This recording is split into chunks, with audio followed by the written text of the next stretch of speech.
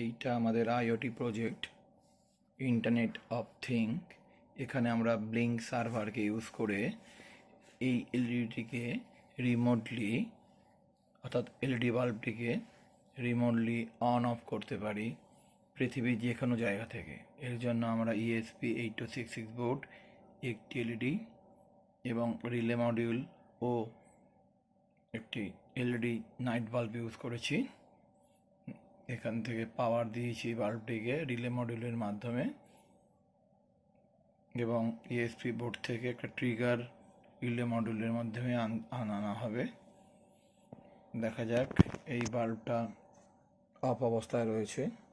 এইখানে আমরা blink সার্ভারটি open করেছি, যেটি মোবাইলের মধ্যেও ওপেন করা যাবে। সেখান থেকে যদি আমরা এটাকে অন করি, সেখান থেকে বাল্ব জ্বলে গেল এটা অন হওয়ার জন্য।